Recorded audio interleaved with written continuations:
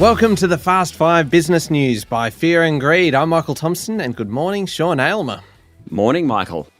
And good morning, Adam Lang. Good morning, Michael. Now, look, in just 5 minutes, we're each going to put forward a big story from the last year. This is because it's Christmas Day. Merry Christmas, by the way. We're going to put forward a big story from the last year, our favourite story, basically the story that was a gift to us as a business podcast throughout the year, because it just gave us so much material to use. At the end of the 5 minutes, we're going to decide who has the best story out of the three of us. Let's jump into it.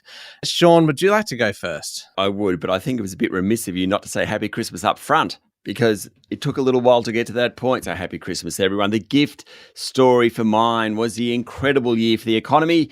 As the wonderful Jackie put it, economy doesn't really know whether it's Arthur or Martha. And I think she's right. Perhaps she's somewhere in between. Or he's somewhere, or they're somewhere in between. We've had rising interest rates, and then the great debate about how many rate rises is too many.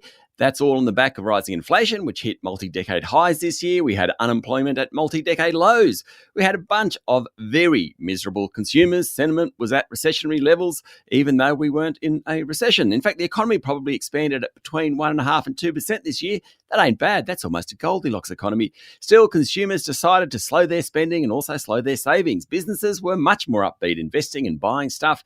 The government came in with a budget surplus, not bad given our debt levels, and there might be another one this financial year. Trade was solid, in part because prices of iron ore stayed high. The lower energy prices didn't help. Also, we mended fences with Beijing, and we could start selling stuff to the Chinese again. We had a new Reserve Bank governor, Michelle Bullock, and that added a bit of excitement. We also had a bunch of things that didn't eventuate. We had the dreaded mortgage cliff, didn't happen. We had the recession in the US, didn't happen. And we had a surge in bad debts at the banks. Didn't really happen. To journalists around the world, the economy has been a gift. Michael. Oh, yeah, that's a good one. Look, for me, I had to think carefully about mine. 2023 to me has been the year of artificial intelligence, because this year, and this is why it's a bit of a gift, because it went from being a bit of a novelty really to just being part of everyday life for a lot of people. There's so many stories throughout the year about the impact of AI on jobs, on salaries, on productivity, the potential for a 4-day work week because of AI, which I know everyone's very excited about, but it is not without risks, as we heard a lot about throughout the year. The tech is moving very, very, very quickly. And earlier this year, there was an open letter actually signed by people like Elon Musk and Apple co-founder Steve Wozniak, actually calling for a 6-month pause on AI development because of, quote, the profound risks to society and humanity. Now, if that's not a stark warning, I don't know what is. There's been US Senate hearings, plenty of discussion about regulation, some big tech breakthroughs. There's talk these breakthroughs might have contributed to turmoil at OpenAI, which is the company behind ChatGPT, where CEO Sam Altman was mysteriously punted by the board only to return a week later after major investor Microsoft kicked up a bit of a stink. Meanwhile, the companies connected to AI continued to boom. Chipmaker Nvidia soared with its market cap passing $1 trillion US. Overall, massive year for AI. AI was this year's gift for a business news podcast like Fear and Greed. I'm with you on that one. Adam, explain your 2023 gift to us.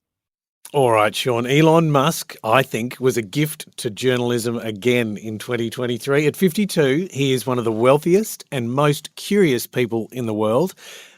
He has also maintained his status of both genius and provocateur, and this year, Elon Musk's gift register to journalism included some international hits. Tesla has now sold nearly 5 million vehicles to become the most valuable car maker in the world.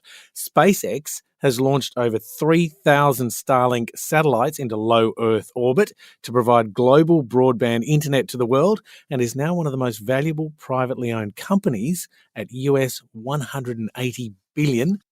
Artificial intelligence platform xAI has launched a chatbot named Grok.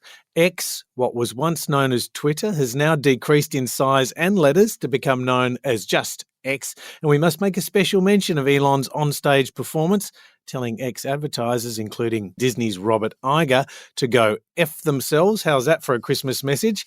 And just for some more intellectual kicks, Neuralink Corp is working on neurotechnology for implantable brain-computer interfaces. In 2023, thank you, Elon Musk. Oh, They are some good gifts. How do we decide a winner on this? Is it just by kind of general kind of consensus? It's a draw. It's a three-way tie. Well, mind you, what Elon did bring this year is not just wonderful good news, but, he managed to halve the value of X.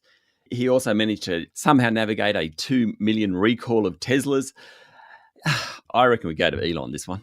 Yeah, I think you're right. You're right, Adam. Elon Musk is a gift to journalism and a gift to business news podcasts. We're like the three wise men of fear and greed: gold, frankincense, and myrrh. And Elon. You're in the Christmas spirit. All right, that'll do us. Thank you very much, Sean. Thanks, Michael. Thank you, Adam. Thank you, Michael. That's it for today. Make sure you hit follow on the podcast. I'm Michael Thompson, and this is the Fast 5 Business News by Fear and Greed.